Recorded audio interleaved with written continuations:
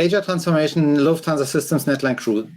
We want to give you an insight how we went on our Agile journey in the last, it's about 4 years.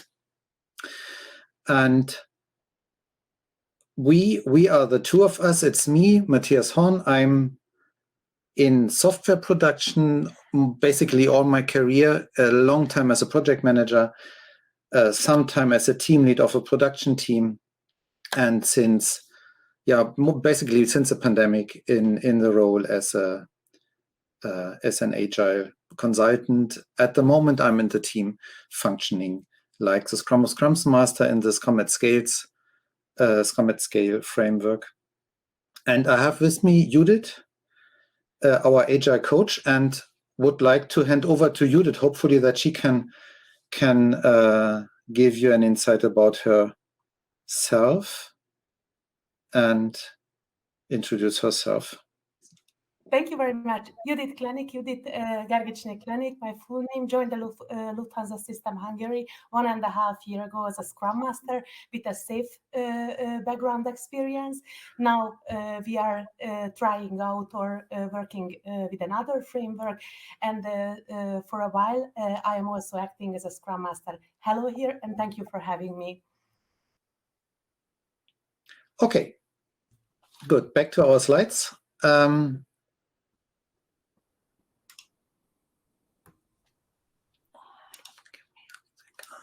That's not bad.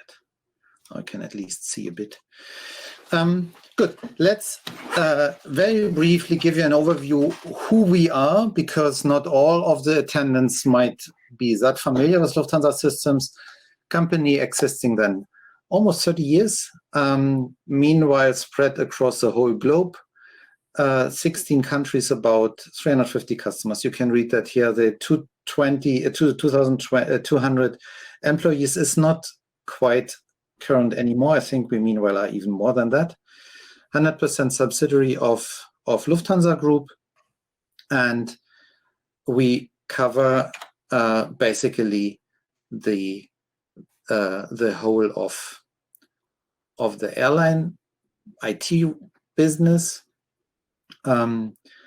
It starts from the very beginning, network planning, flight planning, via the financial things, revenue management, and coming closer to where we are located with our NetLine Crew, ground operations planning, the aircraft planning, the crews in the aircraft, tracking both, and last but not least, the flight operations itself, flight route planning, maps, things which are needed to actually fly the aircraft. And at the very end, also not last, but not at all least, passenger experience, our products for onboard entertainment. We also have that. So it's quite complete. And what we want to give you an insight today is NetLine Crew, which is our product for crew management in the ground operations area. And for those who have an idea what an airline crew is, but not what crew management involves, it is a lot of planning. So if you look at the timeline, the most time our users are busy with planning what duties the crews have to fly, what crew actually is going to fly that, and after the flight, or when we approach the date of the flight, to track all the things which can happen to a crew, which can happen to a flight: cancellations, delays, crew stuck in traffic jam, crew stuck in another flight and they're supposed to change flights and the incoming flight is late.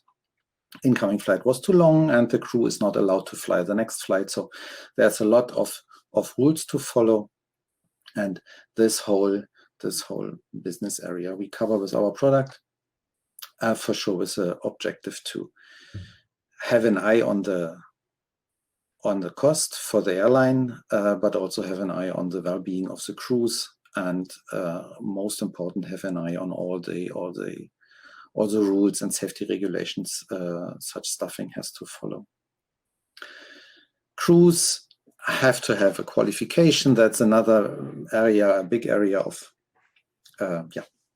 work and functionality of our software to make sure the crews are proper qualified for the flights.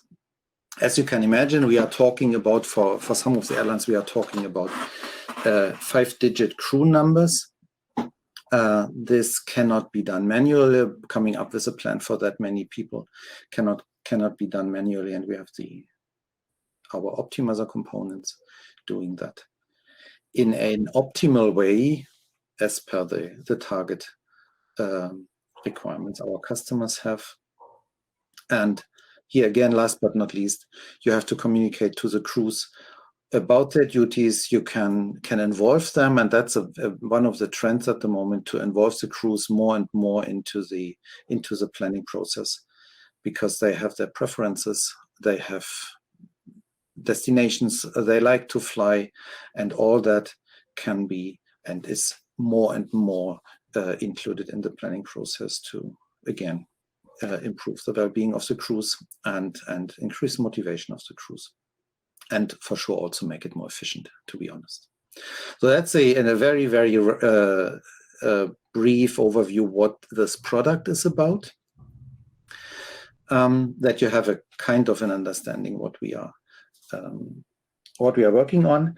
For those of you who have a bit more insight into the software and architecture itself, the product has quite a history, which led to, or today we feel with having a lot of technological depth. We have components in our product which are really, really due for renewal. And on the other end, we have very new components in state-of-the-art, latest technology, and we are in the middle of a technological renewal of that whole product. So it's heterogeneous software as well. How does our business unit? Now I have to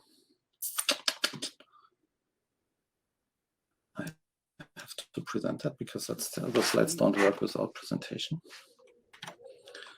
Let me try if I manage to show the presented slides.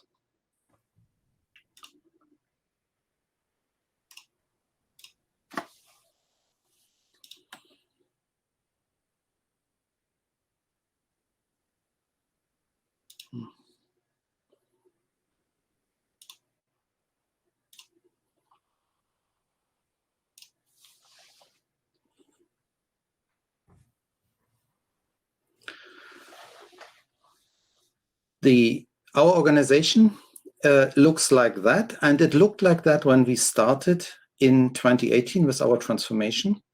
We have a business unit, basically composed of four teams. Partially they are quite big.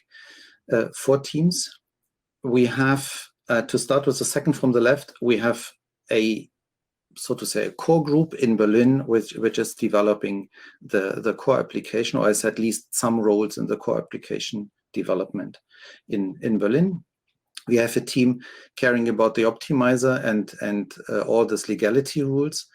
This team is also in Berlin, and we have, and that's the organization as it actually looks like.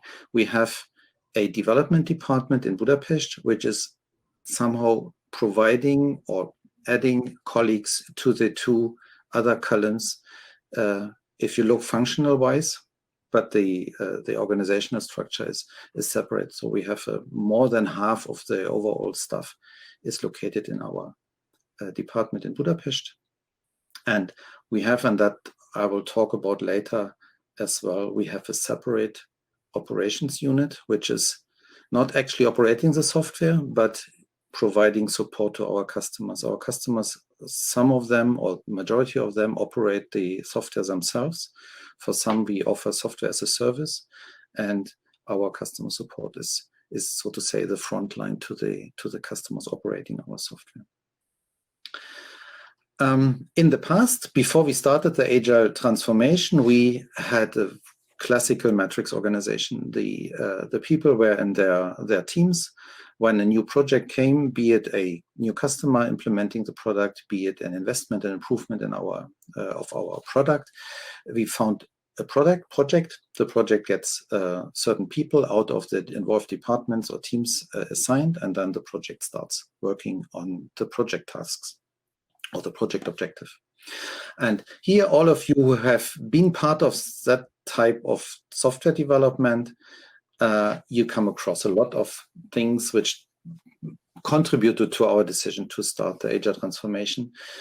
It starts with a question. The project wants to have somebody, and the line manager has to say, oh no, I'm sorry, I don't have resources for your project. And then you have a conflict, and you can imagine what happens after that. Once a project is started and something happens, somebody wants an improvement and innovation in the product, what does a good project manager say? The answer is, oh no, I'm doing my project. I'm doing my project scope. If you want to improve the product beyond that, please found an investment project. It's not my business. In the project, sometimes projects are a bit late. The customer waits for the delivery, and it can happen that you do such strange decisions to postpone things which should be part of, in our today's words, definition of done, but the customer is not directly seeing it, so maybe we delay things which in the optimal world shouldn't be delayed. Bug fixing after a project is finished, and maybe a bug comes up a while after the project is gone, and you go to the developer who might have caused the bug. You can get that answer because everybody is busy in another project meanwhile. But fortunately, you have those guys who are in 3, 4, 5 projects, and they work in every project as well, and that can work quite well. Sometimes you like those type of people. Sometimes you feel the conflicts in the projects for sure as well. And we can go ahead with that. Newbie training, introducing new people is also something a project manager doesn't like too much. So that can also create some tension. And last but not least, when you have done the project, it somehow has to be transferred into production at the customer. And here our boundary to the customer support played a role in the past. And this is, we will see that at the end, still some point we have ahead of us to tackle that. All that together led us to the question, or the insight, let's go into an Agile transformation. Let's try to apply the Agile ideas to our problem and start into that transformation. And this slide, I'm not reading that, is more or less focusing on the topics we took first and we wanted to solve first, knowing that that's not everything. For instance, this split to the operational units is not part of that first attempt or that first phase of our transformation. And then we started into the Agile transformation, and it all began in 2019. Actually, it was a bit earlier than June. The first phase was mainly thinking what could be good first steps, also looking for support. That was something Judit will in the end also explain a bit or mention again. We had from the very beginning, we had support from we had consultancy with Agile expertise. And in June 2019, we founded the first 3 development teams. We started with 3 development teams in the middle of this project matrix-oriented production. And the teams were chosen, and that was also definitely a good idea, was chosen based on the people who wanted to go into that and based on the components. And we took the parts which are, well, rather the new one, though we didn't try to found an Agile team with the task to migrate the very legacy code into the new world. We looked for new satellite components which were quite fresh, and founded the first 3 teams. As development teams, no scaling level, no coordination beyond the projects which were still there. We founded those 3 teams and let them start working in the agile way of working. The second step was half a year later, the first cross-cutting teams.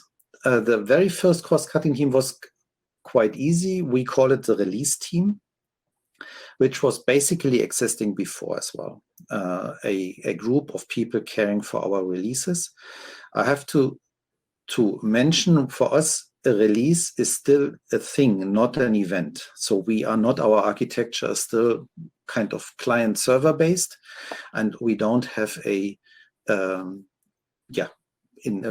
the whole product at least, we don't have a modern technology or architecture where you provide everything as a service, having it running in the cloud. So for us, the release is still a thing, something we create a couple times a year, and not an event after I have deployed something on production and then release it to a dedicated group of customers, as you would do it in today's architecture.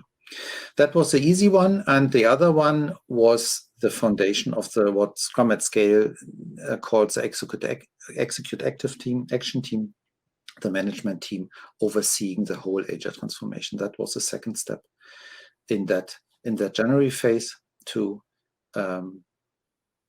found that group overseeing the whole transformation. And about that was also the time when the decision was made to actually follow the Scrum at Scale approach as a scaling framework. Yeah, then we all know what happened then. There was kind of a gap, and this actually hit us. And that was a point in time when everybody more or less went home and started working from home. And the good thing here is that in this phase, the 3 teams we founded survived that. They didn't return, or the whole group didn't return to the old way of working, because the teams managed to have that tight relationship already, that they survived that phase of a gap, or that phase of reducing activities or reduced activities for a certain time, and went ahead working on their product pieces. And after some time, when I wouldn't say that it was over in September 2020, but at least the capacity went up again, and the work went up again a bit. Then there was a kind of a restart. The first teams on the scaling level were founded.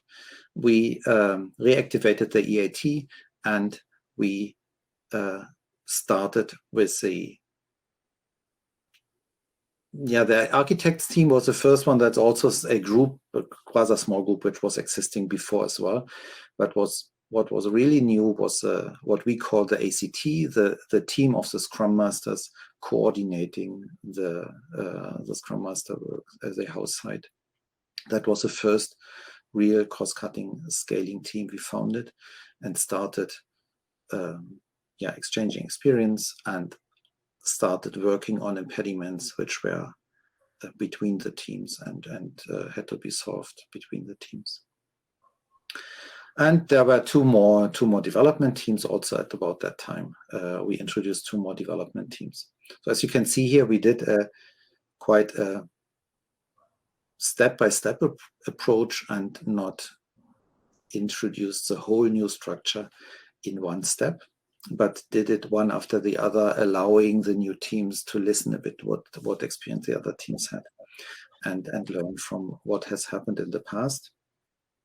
At about this time, we painted this target picture you can see developing here, defining what do we want to see at the end of the transformation. For sure, that's also kind of a moving target and not set in stone, but basically that was the red thread we followed the rest of the of the transformation till today. Then Spring 21, again 3 more teams, and we founded the next 2 cross-cutting teams. And here we also deviate a bit from the Scrum at Scale and sneaked a bit into SAFe. We split the PO role, the product owner role, because of, and honestly, because of the people we have. Because, yeah, how to put it in a politically correct way, the product owners have not only in the Scrum at Scale framework, the product owners have, so to say, 2 phases. One phase to the teams to have to give the teams the customer view and do all the prioritization, and I don't have to explain that here. And they have the other phase towards the customer, and the colleagues we have in those positions, and product managers is nothing we invented in the Agile transformation. We had that long before. Our product managers rather focus on that customer phase. They are close contact to the customers. They are good salespeople sometimes. And the phase to the teams is maybe for somebody who comes from a project management background a bit more natural. And we came up with, for the time being at least, for us, it's 2 different roles. And we try to focus on the product manager group being more on the customer and visionary and strategy side. And we have the POs who are closer in the making things happen and steer the teams in a proper way and prioritize the work of the teams. And that was about Spring 21. We introduced those 2 groups. And one other new thing we had at about that time, we had the first team split. The first team became too small, or the other way around. The products they were responsible for became too big, and we had the first team split. We spawned a team and founded a new team out of half of the previous team to focus on one piece of the one sub-product completely, which is also a change because you separate something which was quite close before. And then where we are today we are complete. Very honestly, there are some 2 people still in the legacy core, which are not quite assigned to one of the teams, but that's just a minor remaining aspect. We are complete with about 11 development teams. And the last cross-cutting team we founded was the team of the testers to bring all the testing knowledge into a virtual team across all of the development teams. And that's where we are today. And on the next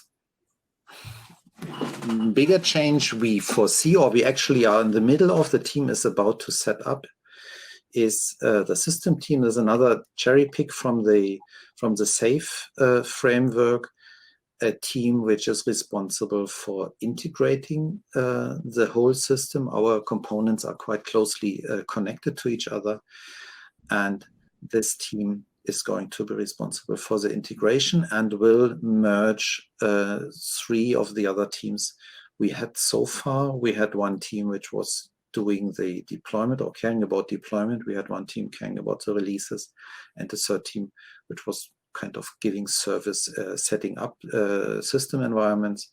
And we merged that into one team and give it the responsibility for the technical foundation and for the integration of all the components. That's going to happen from January onwards. We have that team. Okay, that was our 3 years journey from a project metrics organization to an Agile organization. And I would now like to hand over to Judit. I keep the slides here, Judit. Oh no, I forgot one slide. I have to mention that because this is still one one topic we have clearly ahead of us, and we didn't dare to touch it yet. We still, as I said, still a release is a thing for us and not an event. And we still keep the organization or the responsibility split between software production, which is more or less ending with a release, a software version you can use for a productive environment, and the group we call customer support, which is actually the face to the customers in operation. The production, the Agile organization I explained the slide before, is delivering a release to the operations unit, and this group is caring about bringing it into the actual production, doing acceptance tests with the customer, being the first point of contact in case of any requests, any incidents, bugs, whatever a customer needs as a service from the supplier. And this is one of the bigger next steps we have to go into, and most likely also in such a phased or in such a step-by-step approach, but that's going to be a very big change, which is still ahead of us, to start integrating this last step into the teams, because only then you have the full end-to-end responsibility of the teams and can handle or can enjoy the benefits of having everything in one hand. So we still have that last gap or last boundary to handle. Okay, I don't have a watch here. Judit, then I would hand over to you. Thank you, Matthias. You have 8 minutes left. Sorry for the bad time. Well, it was nice to meet you. Okay. Super great. Thank you, Matthias. I just have one slide and decided rather to speak about the achievements. I had a roadmap how I will speak about it, but to tell the truth, listening to all the previous presenters, I a little bit changed my mind. And I decided, okay, super great. We have more innovation. We removed a lot of technical debts, security management, Spring Boot framework upgrading, but this is not the real scope of this conference you are interested in. So how we could achieve that? We have team and we have a kind of culture. And I think it's very important that our transformation, as Matthias showed, started and progressed during the pandemic. It was a real challenge for us, and we can be really proud of our company, Lufthansa system, that the progress hasn't been stopped. So as you can see, in the last 1.5, 2 years, we managed to set up 10 different agile teams. I think it's amazing. All the teams are working amazingly. Of course, there are some improvement potentials, but they have really the Scrum team features, which we learned from the Scrum guides and all the Scrum books. What we learned that it is very good to have a kind of transformational consulting, and why? This is my second transformational experience, and in the previous we just used the internal agile experience potential. Zoltán and Arpad and Angi with their experience, independent, objective approach are our guardrails, and they prevent us that we customize the good practices which Avi mentioned earlier. And so I'm really happy, and we can be really thankful for our management that we get this support.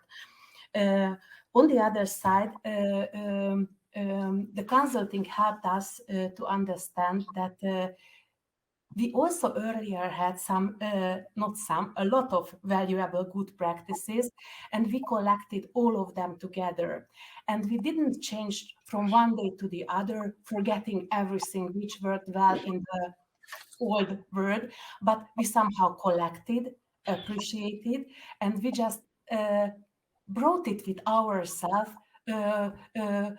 into our new transformation. And what are the values which I think many companies have, but we can be really proud of that. We have two locations, and this the synergy which is coming from the two different cultures, German headquarter and the Hungarian part of the unit. This is amazing. They are not differences. We are different, but we are creating synergies. That's why I think it's really an achievement that all the agile roles are to be found on both locations. So Scrum Masters here, Scrum Masters there, Product Owner here, Product Owner there, which make it very, very colorful and useful. We have different age of people, and I think this helps also to make us really colorful. And I would like to mention it as an advantage or strength. We have a really supporting, open, and warm company culture.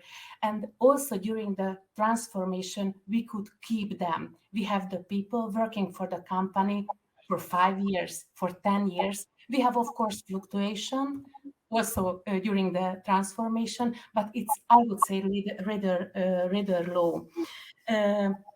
This is about our teams and culture and transformation. We many times use the word step by step, which we loved a little bit together with Matthias, if it is maybe the synonym for slow. But how to say, it's not slow, it is iterative, and we always improve something. And this step-by-step approach helped our colleagues in the NetLine crew to cope with the feeling of the changes, which they have also in their private life because of the pandemic, financial situation, whatever we all know. So it was really an advantage. And what I still would like to mention that together with the consulting company, we could find or we could choose the Scrum at Scale framework. This is next to SAFe, maybe the second biggest, and we can until prove that it was a really great decision. We are still not so far that we have the real Scrum of Scrums. We started to set them up, and thank you back to Avi for this explanation of the value stream, and then the small reference models and maybe many smaller Scrum of Scrum are not the pattern for silo thinking, rather the reference model, which can be spread later. So we collected until now from the conference a lot of experience. Thank you very much. Some challenges which I learned, I think almost of the previous presenter faced during their transformation with shared responsibility, common responsibility. We have now 10 teams with very strong team awareness. Okay, but now we know that with the scaling, with this small Scrum of Scrum groups, we can increase the shared responsibility feeling, and we are very optimistic for that. We also miss a little bit still this qualification level, but what we are really proud of, that we are a learning society. We focus on the qualification.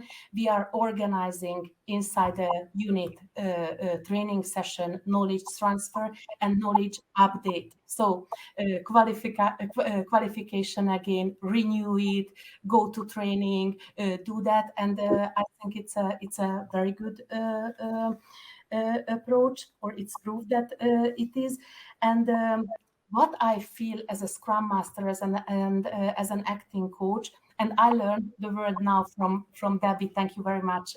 Back to you. So we have a people-driven transformation, and we can be really proud that our management confirmed that coaching, taking care, listening to people. It's one of the most important pattern of agile transformation. So this is what we are. What is our past during the last 2 or a little bit more than 2 years? Thank you very much for listening to us, and maybe now back to you, Matthias. Yeah, thank you, Judith. And